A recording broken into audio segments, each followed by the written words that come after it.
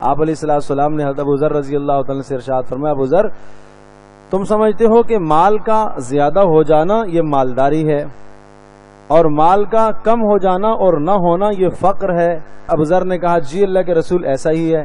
پھر آپ نے ارشاد فرمایا، ابو ذر تم سمجھتے ہو کہ مال کا زیادہ ہو جانا مالداری ہے اور مال کا نہ ہونا یا کم ہو جانا یہ فقر ہے؟ کہا جی اللہ کے رسول۔ پھر تیسری بار آپ نے یہی بات ارشاد فرمائی تو رسول اکرم صلی اللہ علیہ وسلم نے ارشاد فرمایا، نہیں ابو ذر ایسا نہیں ہے، مال کا زیادہ ہو جانا مالداری نہیں ہے، مال کا کم ہو جانا فقر نہیں ہے۔ ارشاد فرمایا مالداری کا تعلق دل سے ہے، فقر کا تعلق دل سے ہے۔